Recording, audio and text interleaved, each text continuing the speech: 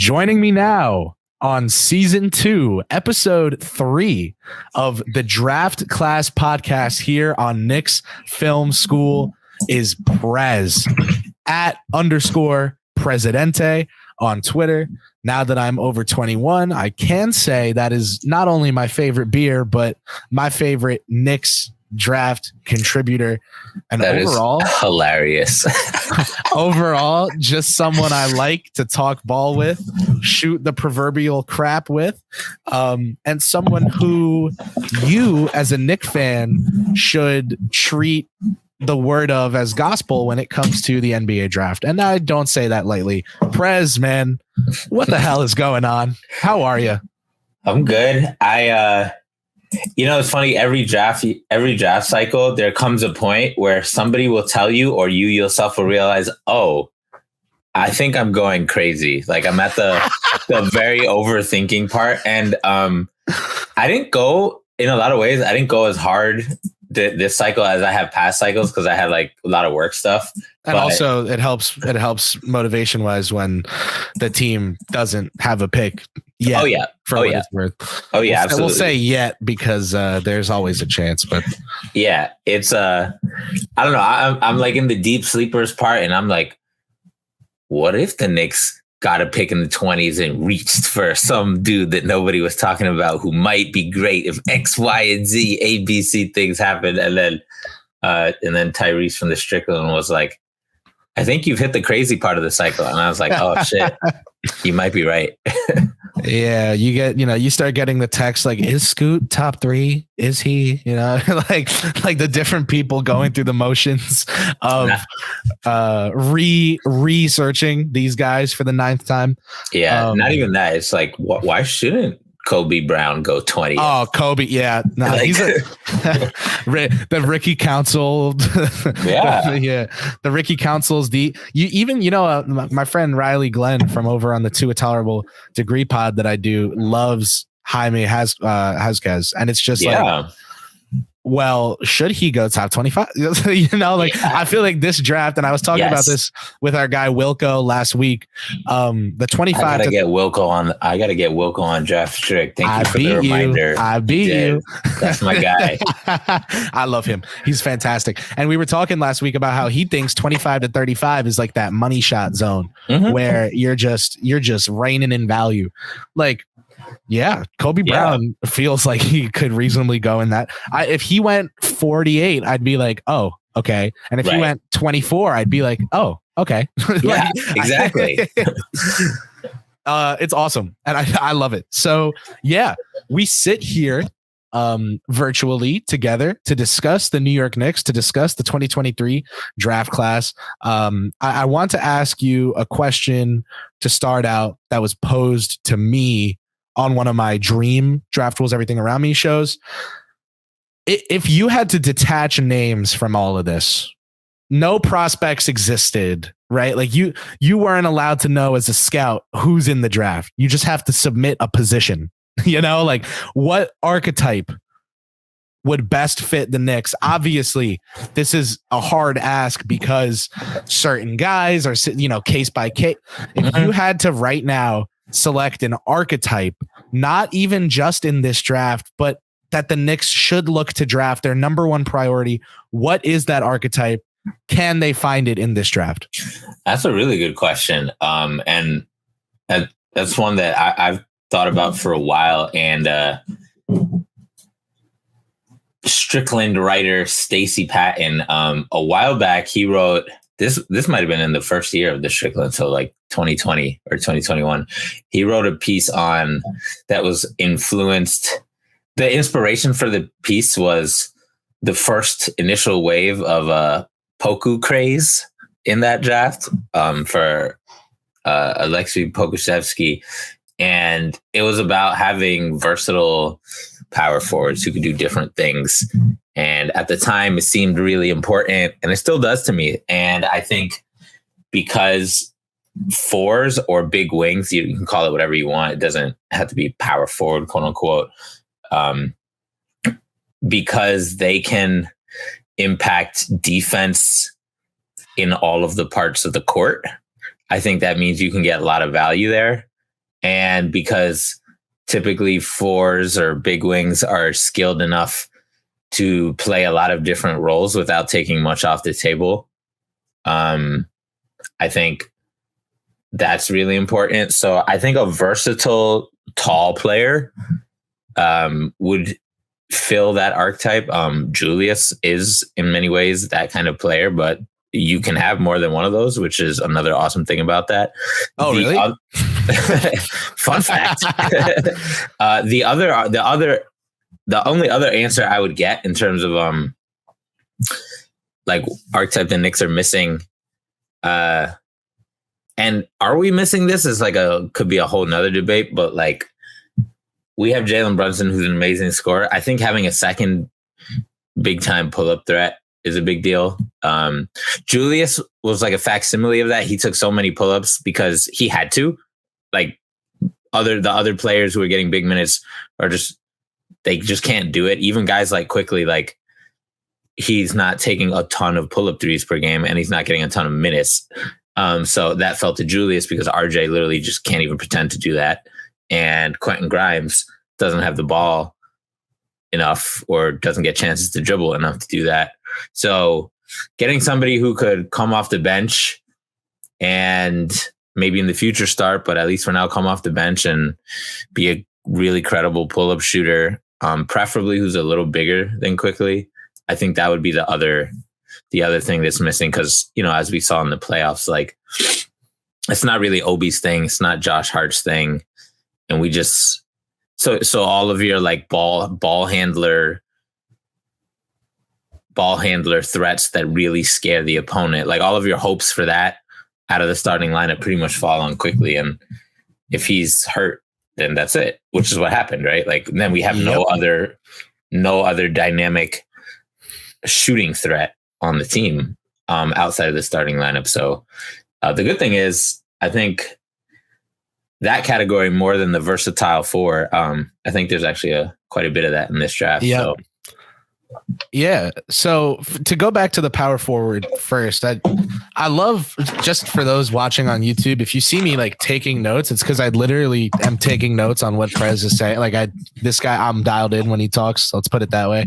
When you talk about a power forward with a lot of skills, Prez, would you agree that at that position, and I hate the nominal position stuff, yeah, but like if you are playing skilled guy, like whatever, if you are playing what is known as the four, would you agree that there's a magnifying glass on your swing skills? And by that I mean, if you're a power forward on the court and you're a great off-ball defender, it is going to show. Or if you're a great shooter, it is going to show. Or if you're a bad shooter, it is going to show. Like I think just the way the NBA is right now, there's this magnifier on the four spot where whether it's really good or really bad passing, high or low feel, whatever it is, I feel like you notice it more at the four than any other position because of what you were saying about, you know, how they're deployed. Would you agree with that there's kind of like a multiplying factor on those skills? Yeah, and I'll tell you beyond just how they're deployed, I'll tell you why it seems that way. It's because at the 1, 2, and 3, there's still an expectation. There's always been an expectation that you have to be skilled, right? Even like yeah, we have like traditional 3-and-D guys like Kyle Korver type, Bruce Bowen back in the day, Shane Battier, whatever. Like, but now like smaller players have to be more skilled. That's just the way of the league, right? In a more positionless league, you have initiators who are 6'6", 6'7", 6'8", 7 feet in case of Jokic, who can do stuff. But like most of those initiators are, you know, shorter than 6'9". Centers are not expected to do any of this because they're centers. So then that leaves power forward or the four. So the four is not quite like the 2 and the 3 spots where there's still always an expectation that if you need to get busy on the ball, you can do that on offense. There's still a lot of fours around the league who can't do that and are fine. But when you do see a guy who can, even in like, whether it's small ball minutes, right? It could be my guy, what's his face? It could be, I don't know. I'm blanking on his name. Not Gabe Vincent. Gabe Vincent is the small one. Caleb Martin. It could be Caleb Martin playing the 4 nominally or whatever, or Jimmy Butler. I mean, Jimmy's a star, so put him aside. But like, if Caleb's playing the 4 and doing stuff, you're like, oh shit, like that's important because most people don't have that versatility of skill from 4 positions on the court at the same time, right? And when the Knicks are good, that's what you see. That's what makes Julius terrifying. Is like, oh shit, like 4s aren't supposed to be able to both be strong and agile and nimble. Cross and nimble. Like he's a complete mismatch nightmare. That's why he's all NBA when he's going well, because it's so far above the expectation for that position.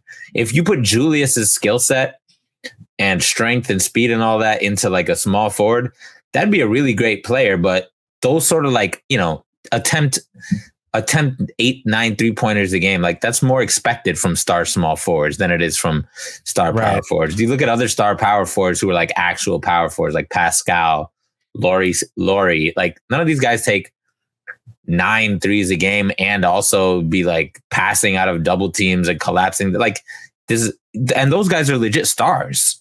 So it's still not expected from power forwards. So especially when you see it on your team, you're like, damn, that's great to have. And then when you don't have it and the other team has it, you're like, damn, we might have a problem right now. Like, how do you think that the transition of the center position, and I'm not trying to act like the wheel has been reinvented. I feel like every 10 years, some writer writes some doom and gloom piece about how the center position is dying.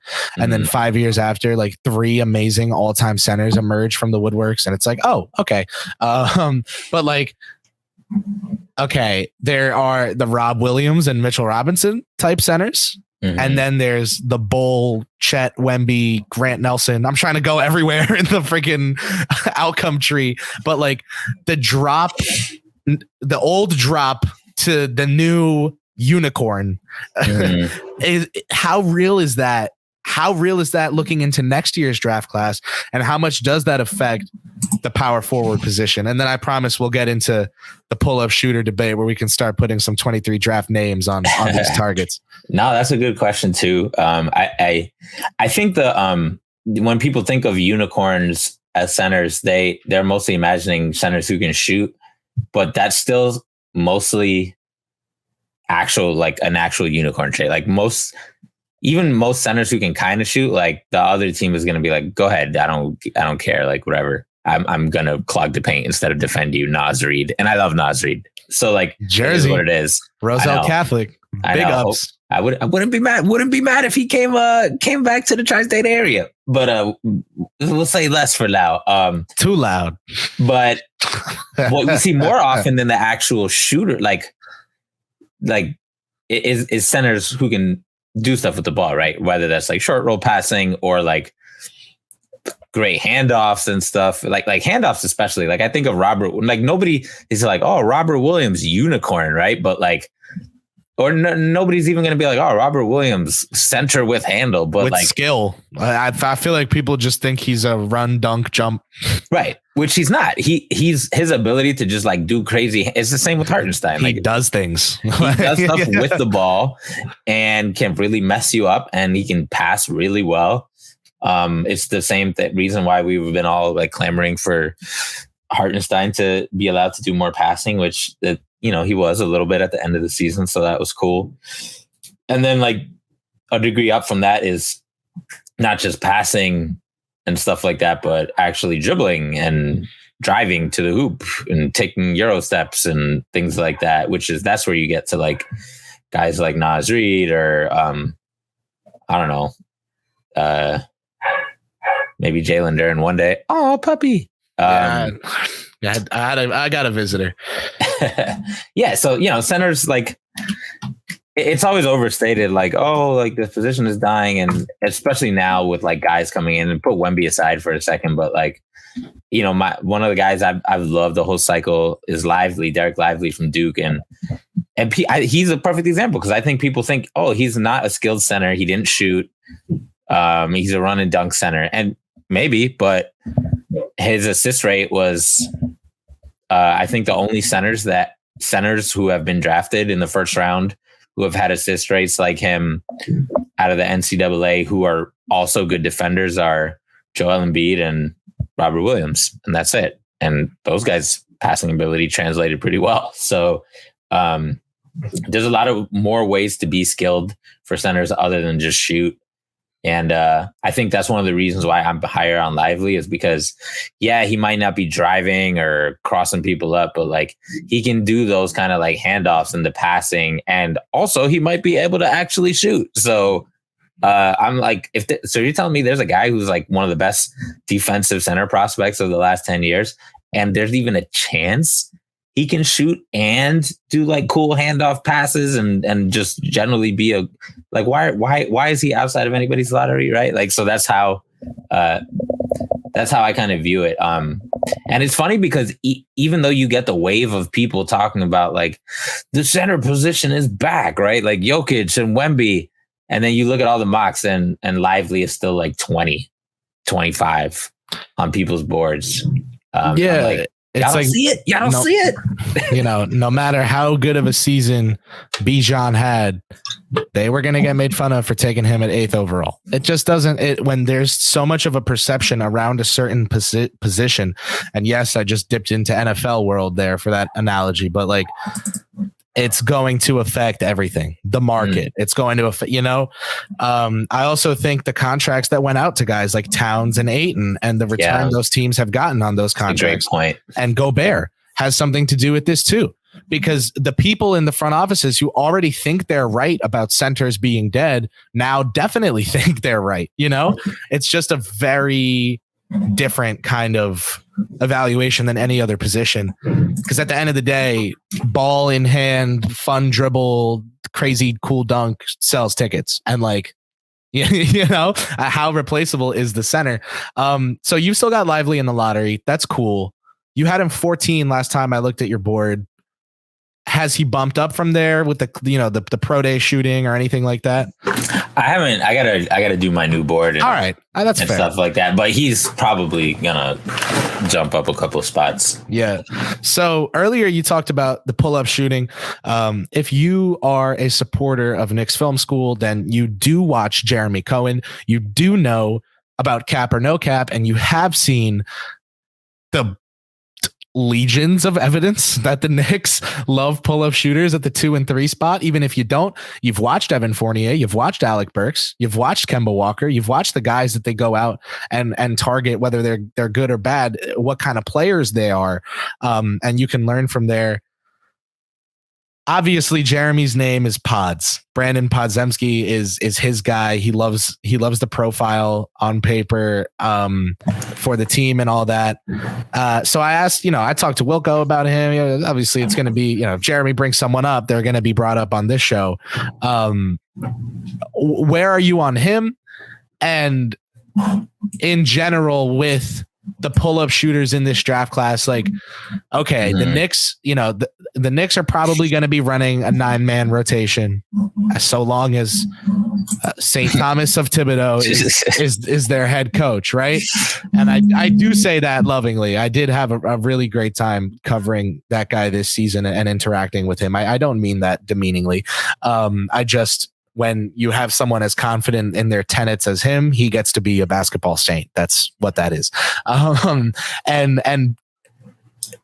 there's Brunson, there's Quickly, there's Grimes, there's Hart, there's Barrett.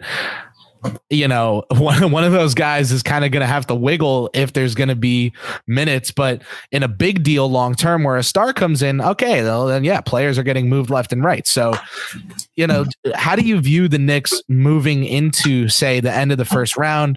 And I highlighted the difference of the end of the first round versus the start of the second round, which, as we all know, is the extra year of cost-controlled play. How would you feel about the Knicks going into the back of the first to get someone like Pods, to get someone like, can I say Tariq Whitehead would count here as well? Yeah, sure. So guys like that maybe would be 35th overall picks or 20th overall picks, depending on the draft class, but would be available in that late first range, whoever's there, whatever they do. Yeah. How do you feel about that? And I know that's like the worst way to ask a question, but that's the best way to get you running is kind of to just let you vibe. So I'm going to go with that is just how do you feel about a Podziemski, about a Whitehead, about adding a young pull-up shooter? Prez always supports talking about feelings. Okay, listeners, talk about your feelings.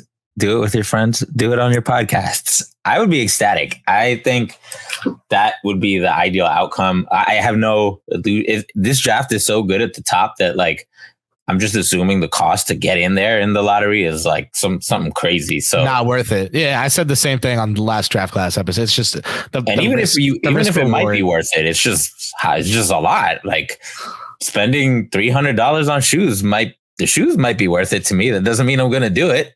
Like I don't got $300 to spend on shoes every day. Only sometimes when I'm drunk and there's sales. So you know how it goes.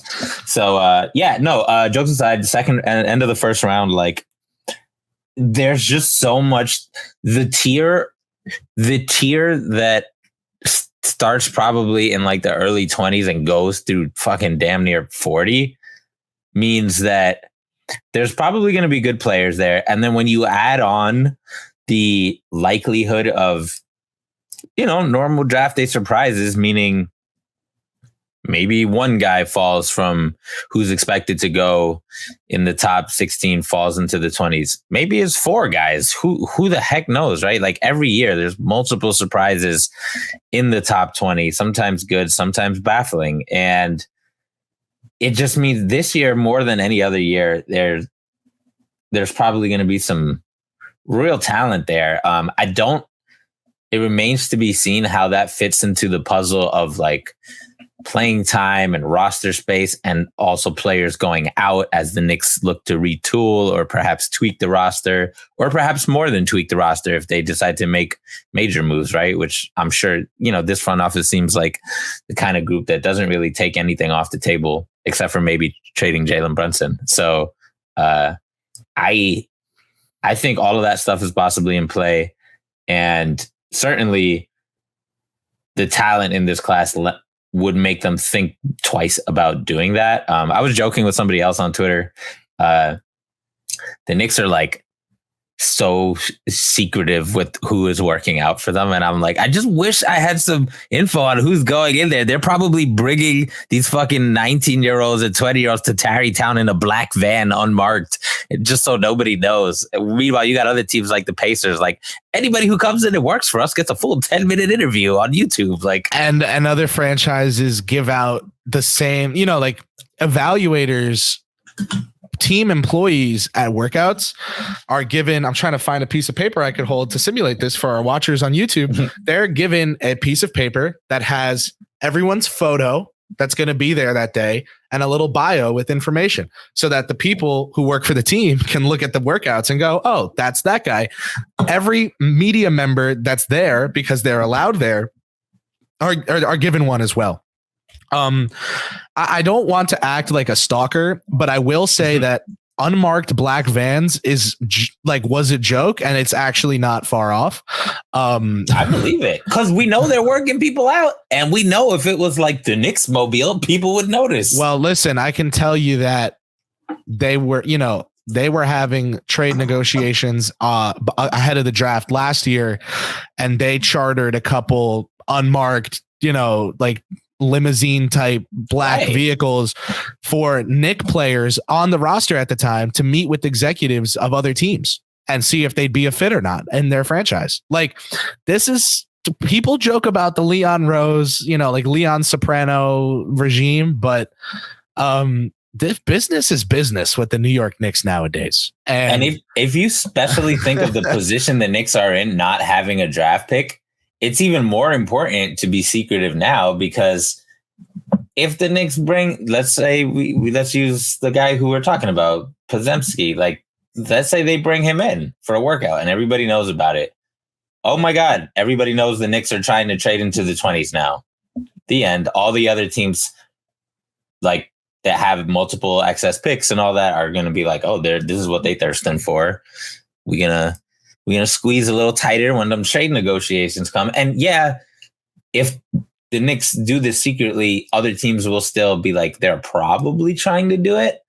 But that extra doubt when, Leon or Zanuck or Perrin is like, we don't want to trade into the first that badly. We're going to walk away. Have a nice day. Like that. Every little bit matters, right? Like as we saw in the Donnie negotiations, like it seems kind of silly, but it really all adds up. And this Knicks team is all about advantages in the margins, as we know, right? Like a zillion analytics staff and a billion scouts and all this stuff like that. Like anything that's not cap constrained that can help them out, they're going to do that for the most part. Hey, what's up? Jonathan Macri here with our good friends at Oakley to tell you why Jalen Brunson's incredible first season in New York was more than meets the eye. Is it that Brunson became the first point guard in Knicks history to average at least 24 points a game? Is it that he became just the second player in NBA history to average at least 24 points, 6 assists, and under 2.5 turnovers? No and no. It's that he did both of those things all while playing on a below-market contract that will become even more valuable under the new collective bargaining agreement. So yes, we should all be very thankful that the Mavericks had to find out the hard way that Jalen Brunson is more than meets the eye. Yeah, KJ Williams, 6'10" LSU big, right, worked out for the Knicks, apparently, according to his Instagram story. Like, that's where we're at. Williams, they probably like, look, this is our address. You can Uber there. We'll reimburse you. Like, it's okay. God damn. All right. Listen, they got Craig Porter Jr. coming up for a workout. They worked out Antonio Reeves, but he withdrew, so he'll be next year. They spoke with Grant Nelson, but he withdrew, so he'll be next year. Sanogo scheduled to work out. I think it happened. And they met with Gigi Jackson and Andre Jackson. And Justin Powell has had a workout with them. It's like the list, you kind of have to piece it together via Twitter and Instagram stories. But yeah, so we get to the kind of, I'll go ahead and say final stage of this episode, not in the sense of I only have one question left, but it's time to get a little wacky, and it's time to get a little wonky. You have to tell me right now the answer to the following questions.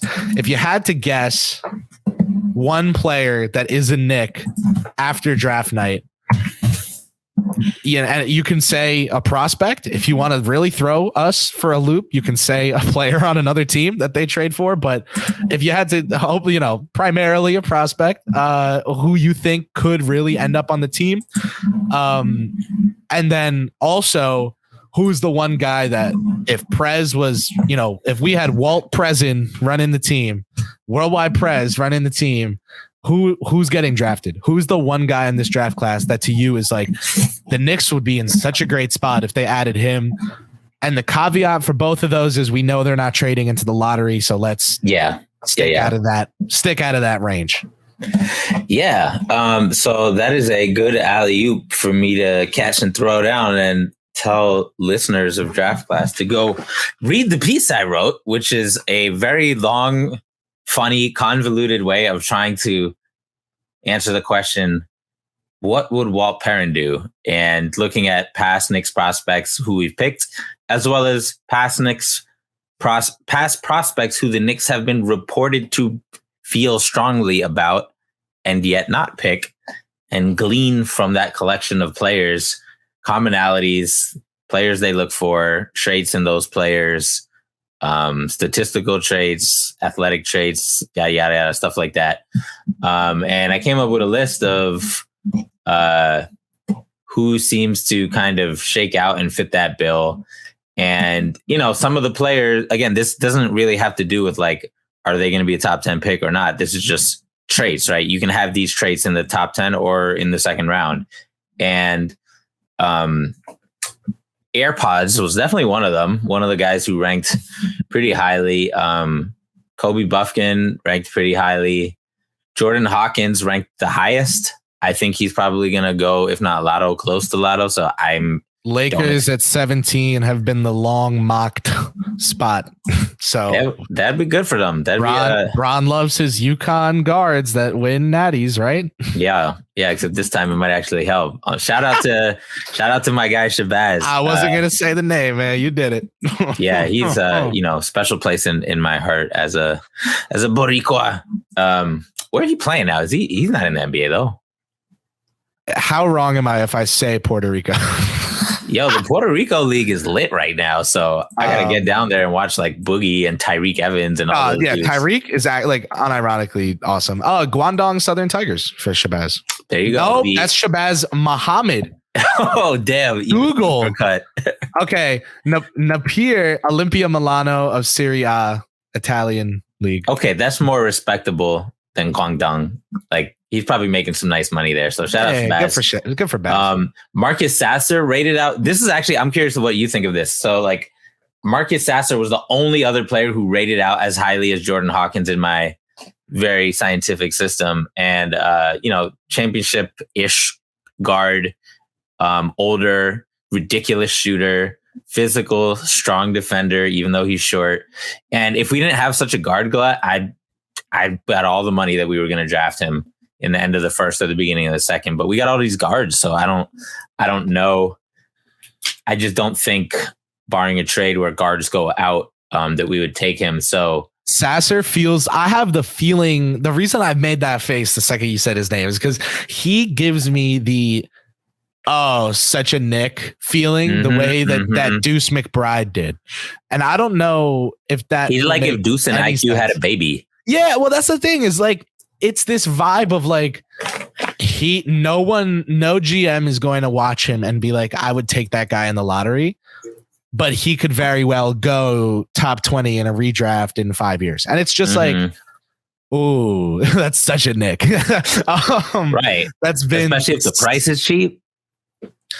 I just, does that, are the Knicks in a position where they can be bringing in someone like Marcus Sasser, which would spell the end of Emmanuel Quickley or Grimes, one of the two on the team, which we know would be Quickley. Yeah, or well, he like to credit Jeremy Cohen again, as much as I love Deuce McBride and think he's a real player, he's like not real in the sense that he doesn't factor into their team building plans. He just is around and good when he is around. Right. I think he pops again. It's like bonus. It's like, it's like, oh, cool. Okay. No, wake up with $5 in your pocket. You're like, all right. It's like cover almost half of breakfast. Like, so I think for a second round ish level, like a vague, like end of first, second round ish player, I don't think Deuce factors into the team building. I think he would factor into the draft consideration. I don't think, because ultimately, if you draft a Marcus Sasser, you're going to have to answer the question, like, does he need to play to develop? And if the answer is yes, it's does he deserve playing time over Deuce? Because Deuce is the last guy on the roster among the guards. So like Deuce was similarly like end of first, beginning of second round, very impactful despite really not being that good at offense. Yeah. So if he's decent at offense next year, then all of a sudden you're like, oh, the bar is kind of high for Marcus Sasser to play over him. So like in that sense, you have to consider it. But yeah, I agree on the whole. This is why, to answer your question, my answer is not Marcus Sasser. I don't think he would be the guy. I think it would be someone taller. As much as I love my guy Bryce, I don't think he plays enough defense for them. I think he would drive them too crazy on defense. So I'm going to go with the guy I mentioned earlier, jokingly, Kobe Brown. I think ever since I was like a late deep dive on him, and this happens every year. There's a handful of players. Quentin Grimes was the guy during his class where I didn't do my homework on him till the very end, till right before the combine. And then he killed the combine. And I was like, oh, snap. Like, this guy feels like a Knick. And then they took him. So I'm saying Kobe Brown. I think Obi's going out. I think Kobe's a great spot up shooter. I think he's incredibly smart. I think he's old enough that he might not have as much development left in the table, but he's ready to hoop right now. This guy is 250 pounds, and he's a great looking 250 pounds. So if they get him to get stronger and even more slim, get him to a slim 240, that's a physical player right there. That's a ball of clay. Yeah, that's a ball of clay. That's a baller. That's a sheetrock of marble or something. That dude that's a strong young man right there. So I'm gonna go with Kobe Brown for a guy who I like gun to my head just think we're gonna end up with. See them, yeah. And then who you would take would be it'd be Bryce. Okay. Yeah. Longtime Prez followers know I am probably higher than most on Bryce. He's just like his defense. He does have a long way to go on defense, but this is the type of situation where, to me, the value is just too great. I'm not trying to de-nuance your take, which is very intelligent on Bryce, but like to summarize it, you don't care about the defense. I don't care. No, I don't care about the defense in light of the offense. Like, I think you can get him from, because to me, with someone like Bryce, with his offensive talent, you're not asking him to become a plus defender. You're asking him to be fine, right? Like, it's all good. It's all easy for people on draft day or in the weeks, months leading up to draft day to be like, well, it's important that role players and scorers can play defense lest they get played off the court. Let me tell you something. Tyrese Maxey was a very solid defensive prospect as a young 18-year-old. He ain't played a lick of defense in the NBA. Neither has Tyrese Halliburton. Guess what? Doesn't matter. Doesn't matter. Both of them are nuclear enough on offense that it doesn't matter. If you get that in the future, cool. They'll probably become max players. Halliburton might become a max player anyway because he's a point guard.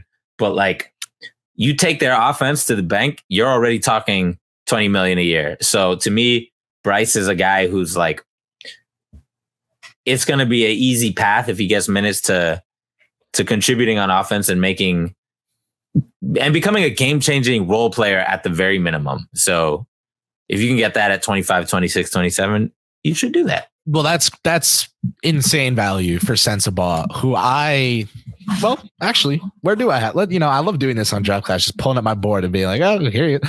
He's at 15 right now on mine. So 28 would be really good to me as well. Here's my question for you about Bryce Sensabaugh. Does he ever play the 4 at the NBA level? I wouldn't want him to play the 4, which is where I differ from most Bryce fans. And people who follow I'm with you because I don't like his rebounding enough for him to be a 4. And I think like 2 on offense, 3 on defense, or just 3 on both. For me, that's fine. And I'm very much like, yay, positional versatility, but I'm kind of my bar's a little higher from like most famously, everybody's like, oh, why don't we play RJ at the 4? And I'm like, I don't want to play RJ at the 4, dude. He's like the size of a strong shooting guard. Like, can we not? Like, I like my 4s. Like, again, this goes back to the versatile 4 thing. Yeah, you can, if you play a small guy at the 4, that means you have more ball skills, but you lose the things that make a 4 impactful, which is the ability to impact your rim defense positively and to rebound positively and to just take up space on the court as a help defender. And like, the more you move a 2 or a 3 up a slot, the less likely they are to do those things because compared to a larger player. So it is cool to have, a skilled floor stretching player. The Heat do it all the time. So it can definitely work. But like, ideally, I'm like, teams are eventually just going to take advantage of that. Like, and you're seeing that with Miami. Like, Aaron Gordon is cutting to the hoop. Christian Brown is cutting to the hoop. And there's not a goddamn thing anyone on the Heat who's not named Bam can do about it. Well, that's what you were talking about when you said Caleb Martin at the 4 earlier. I was like, let me not bring up that he's unplayable against Aaron Gordon to ruin Prez's point there. Right. And and the Nuggets have like a bunch of big dudes, right? They're a great team who may win the championship for a reason. This is part of that, right? Like, Aaron Gordon's really good and skilled and huge. So is Michael Porter Jr. Like, Uncle Jeff Green is pretty big, right? Like, they got a lot of these dudes. Special player. Yeah. Shout out Jeff Green. So, I mean, like, for the regular season, I get why people say that. It's just funny to me that like a lot of the same people who are like, oh yeah, just play Bryce at the 4, play Tariq. Can Tariq play the 4? Can RJ play the 4? Are the same people who are like, like sticklers for like, oh, we can't draft the role player who can't contribute on defense. And I'm like, oh, what, now we're stopping bending the rules of positionality? Right. Like, Come on now. Fair. All right. I want to ask you about agendas that have surfaced, whether from draft Twitter or draft analysts or credentialed writers. I'm going to throw you an agenda, and I just need you to let me know, buy or sell. If you so please, you can throw in a sentence on why. But I'm also, I don't need to speed round this, but I think is this for the Knicks or in a vacuum? In a vacuum. I think there is something to getting you to answer these quickly and getting your gut jerk reaction. If you know what I mean? Like I'm not trying to rush you. I could do this with the timer. We could do it. I'm not trying to rush you, but like I do want to kind of rush you. So all right. Get Andrew, put some game show music over this. Bro. All right. Agenda number 1. The Kobe Buffkin hype train is going 300 kilometers an hour. Are you hopping on it? I hopped on it, and then I moved to the back of the train. That's my cop-out answer. I am okay watching it zoom by. I am not going to personally embark on that journey. Yeah. That's where I'm at. Okay. Schwinn Ipu from your beloved Strickland has unveiled to me a Noah Clowney draft agenda, buy or sell for the Knicks. Buy,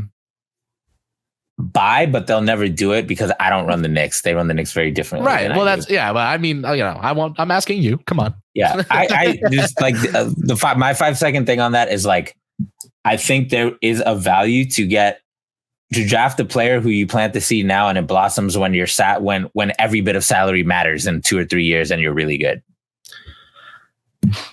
Kevon Looney is a comp for him? No. Okay. No. Yeah. My guy Kevon has turned into like Dennis Rodman somehow. Oh, yeah. He's dead nice. He's so good at rebounding. Next agenda is the Grady Dick ceiling debate. Does he have star potential? Where are you on that? So I'll give listeners a sneak peek of I was working on my disrespectful comparisons last night. I'm way behind. Why do you think I'm doing these with you? This is the first year I felt pressure writing it. It was too big of a hit last year. Now I got to live up to that. Before I was just doing this in obscurity. So right now my high end ceiling outcome in my draft disrespectful comparisons article is 3-6 Mafia era Memphis Mike Miller as the top version of him, which is probably mostly just going to confuse people below the age of 25.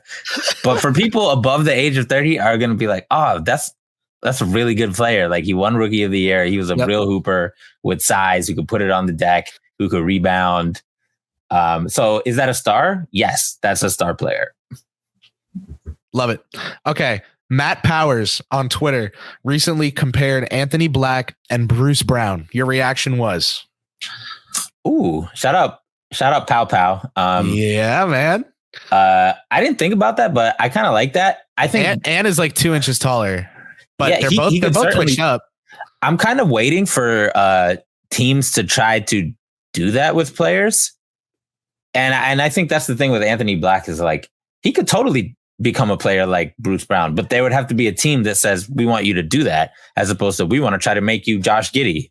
Right. Which is what I think what most teams would try to do. I think there's a chance he goes at 6 like Giddey did to Orlando to try to make him Josh Giddey. I just, sure. I think that reeks of that to me. And I say reeks for a reason, because I think there's a joy in being a superstar in your role. I think winning teams are built of guys who are superstars in their roles, and chasing someone who may be decent in a giant role just not my thing. I have a disrespectful comparison for you, and I've got 2 of them. So great. I will steal. If they're good, I will use them and credit you. I'm running these by you as the final, and I promise final questions of this show. Brandon Miller, Cam Johnson. I guess that would be what I would say would be a mid outcome, like not the super low, but I really like Cam Johnson. I think he's really good. Me too. No, I think that's a really good one. And I think it's hilarious because even though Cam Johnson's good, just getting a Cam Johnson comp is automatically going to be interpreted as disrespectful. And I hate it. I can't stand it. It's a $20 million a year player. Damn it. and he's getting better, right? And yeah, that's good. That's good. My mid-level right now for him on my thing is if Gallinari didn't have back issues. So there's that. Word. Which is similar to Cam Johnson. Hey, man. They're very similar. Hey man, my low end draft one is prime Knicks Quentin Richardson. So there you go. Respect, Q Rich. Shout out Q Rich. My last one is this is the player I'm going to comp this prospect to. I love, but again, especially Duke fans would view this as a disrespectful comp. Low end outcome for Tariq Whitehead, tall KCP. That would be a phenomenal low end outcome. I want to say it's in between low and mid, but I think my draft low end outcome for him is much more disrespectful. And I'll have to give it to you because it's a New Jersey related comparison. It is Jersey club music Jeremy Lamb. That's my low end. Okay, I get that. So a taller KCP. All right, I guess KCP would be the low end. Taller KCP, which is what that he is taller. Aren't they? How tall is KCP? Isn't KCP only like 6'5"?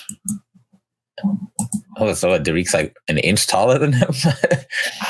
Yeah, that stuff matters. And less athletic. KCP 6'5", Tariq 6'7", according to Google. So okay, we'll allow it. Okay, so that's for that. I'll go with mid for that. But yeah, I just wanted to run a couple of those by you because you're the best at them, and I wanted to know what you thought. Okay, I might steal the Cam Johnson. FYI. Hey, man, do it. I love that comp. I'm proud of that comp. It's a good one. And I think people are scared of it because it means that they're months of this is the next Paul, Kawhi, George, Leonard, Griffin, AJ, Tayshaun Prince, Larry Bird. So, I think comparisons are evil. Comparison is the thief of joy. But instead of being corny, I'm just going to go with draft comparisons suck. To translate comparison is the thief of joy into a draft saying. How much do you think Cam is going to get per year? New CBA minimum 22. Okay, exactly. So listeners, listen, y'all need to know Cam Johnson is a $20 million a year player at minimum. And you also need to know that Prez had Cam Johnson 11th on his draft board that year. So hey now. Yeah. The funk flex exactly explosion. All right. Well, on that note, if you're in New York City, go to a cash register, reach your hand in. That money is yours. Prez, thanks for joining us. I love having my own show, man. It's very me. I'll leave it like that. Prez, plug things in like my show is a wall outlet. Let's hear it. Yeah, so Stretch Run, we got some good stuff coming out. The Strickland has had some neat articles. We've had our big board. Go check out the Walt Parent article I mentioned. That's cool. Friend of the pod or friend of the website, Kurt, is going to publish an article on stashes, both what we think of as stashes internationally and domestic stashes, which is a thing we're seeing now, right? As the Thunder take guys like third two-way team, like Uzi Jeng, right? Oh yeah, or two-way, yeah, exactly. Third two-way slot just opened up for teams. So there's too much talent in the NBA for talent to not meaningfully develop in the G League now. So I think teams are gonna take advantage of that. Anyway, this is what the article is about. So it'll be cool. It'll probably drop sometime next week. So check that out. You're a real one for shouting out an article that's not yours. I will add on to that and say that Kurt has done a piece on stash prospects before, and it was freaking fantastic. So I'm actually now very excited to see this year's. You should be very excited if you haven't consumed Prez's draft content that you have so much amazing stuff to go get on. Go check out Prez and what he does on Twitter. I didn't even go into the world of jump shot projection with him because I know that's where his like PhD is at. I kind of like making Prez a little uncomfortable, keep him on his toes. I can't let him be in his wheelhouse for too long. It's not a PhD. It's more like the person who's in jail and just reads a lot of books. Listen, I was going with the shot doctor part. Which is valid knowledge. Let people know that's very valid knowledge. Don't let education and what is education be defined by people in positions of power. There you go. Love that shout at the end, because at the end of the day, I agree. Listen, you're done listening. Thanks for tuning in. Thanks for tuning in to Draft Class Season 2, Episode 3. Go support Prez. Stay tuned on Twitter to the Knicks Film School social feeds for all the content that we're putting out. Also, for all the draft content that I'm putting out. Big boards, mock drafts, what would KP do mock drafts. All of these things coming now and soon before the draft. So get ready. Stay ready. We're about to be locked in. Prez, thank you so much for joining me, man. It was an absolute pleasure. Almost said pleasure. You got it. Peace out, everyone. Stay tuned.